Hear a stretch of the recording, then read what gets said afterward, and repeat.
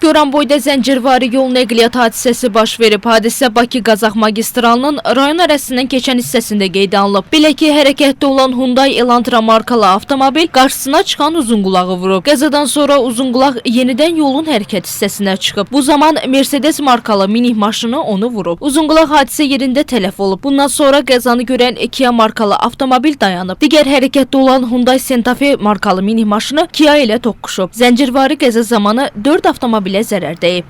Mingəçevir şəhərindən gəlirdim. Avariya olmuşdu. Eşkəyə vurmuşlar. Asfaltın ortasındaydı. Elə gələn maşınlar hamısı bir-birinə girdi. 4 dənə maşın dəyibdi bir-birinə. O 4-ün də biri mənə. Allah hamısına kömək olsun.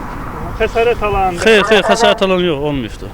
Amma avtomobillər zərər? Bəli, deyə baxıram, maşın qavağıdır, arxasıdır, hamısı, yəni hamısı xəşdir. Qəza zamanı xəsarət alan olmasa da avtomobillərə ciddi ziyan dəyib. Hadisə yerinə dövlət yol polisi əməkdaşları cəlb edilib. Hadisənin baş vermə səbəbləri araşdırılır.